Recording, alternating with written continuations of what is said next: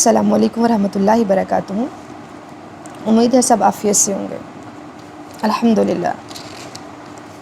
جی ہم سٹارٹ کرتے ہیں جمعہ کے دن کی سنتیں۔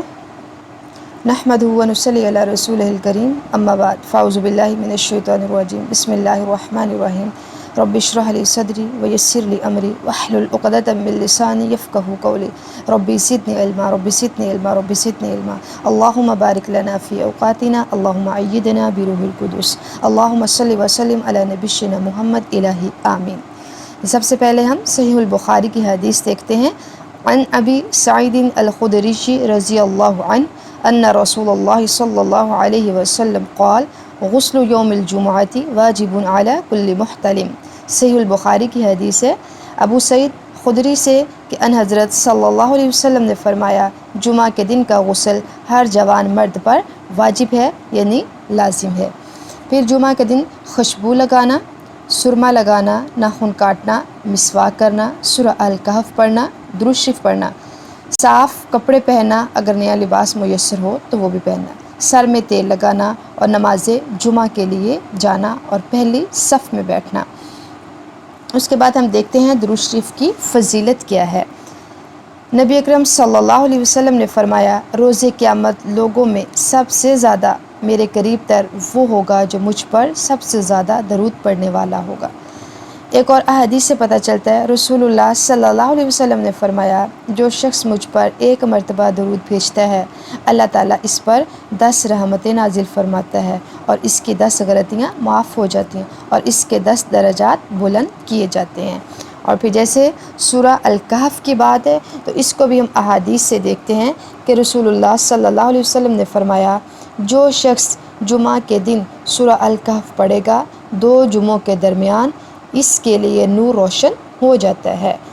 ایک اور حدیث میں پتہ چلتا ہے کہ رسول اللہ صلی اللہ علیہ وسلم نے فرمایا جو شخص اس سورہ کی ابتدائی 3 آیات پڑھتا رہے وہ دجال کے فتنہ سے محفوظ رہے گا۔ یہ ترمذی کی حدیث ہے۔ ایک اور حدیث سے ہمیں پتہ چلتا ہے کہ رسول اللہ صلی اللہ علیہ وسلم نے فرمایا جو شخص سورہ الکہف کی ابتدائی 10 آیات حفظ کر لے گا، یعنی آیات کو یاد کرے گا، وہ دجال کے فتنہ سے محفوظ رہے گا۔ سبحان اللہ۔ پھر جمعہ کے دن کی ہم فضیلت دیکھتے ہیں کہ جنت میں ہر جمعہ یوم المزید کہلائے گا۔ حضرت انس رضی اللہ تعالی عنہ سے روایت ہے کہ رسول اللہ صلی اللہ علیہ وسلم نے فرمایا میرے پاس جبرائیل علیہ السلام تشریف لائے اور ان کے ہاتھ میں سفید شیشہ تھا جس میں ایک سیاہ نقطہ تھا۔ میں نے پوچھا جبرائیل علیہ السلام یہ کیا ہے؟ تو انہوں نے کہا یہ جمعہ ہے۔ پھر میں نے اس سے پوچھا اس میں یہ نقطہ کیا ہے؟ تو جبرائیل علیہ السلام نے فرمایا یہ قیامت ہے اور یہ جمعہ کے دن ہی قائم ہوگی، یعنی قیامت بھی جمعہ کے دن ہی قائم ہوگی، اور ویسے بھی جمعہ کا دن تمام دنوں کا سردار ہے۔ جی اب ہم سنتے ہیں سورہ الکہف کے چند آیات۔ اعوذ باللہ من الشیطان الرجیم، بسم اللہ الرحمن الرحیم۔ الحمد للہ الذی انزل علی عبده الكتاب ولم يجعل له عوجا قیما لینذر بأسا شدیدا من لدنہ ویبشر المؤمنین الذین یعملون الصالحات ان لهم اجرا حسنا ماکثین فیہ ابدا وینذر الذین قالوا اتخذ اللہ ولدا ما لهم به من علم ولا لآبائهم كبرت كلمة تخرج من أفواههم إن يقولون إلا كذبا فلعلك باخع نفسك على آثارهم إن لم يؤمنوا بهذا الحديث أسفا إنا جعلنا ما على الأرض زينة لها لنبلوهم أيهم أحسن عملا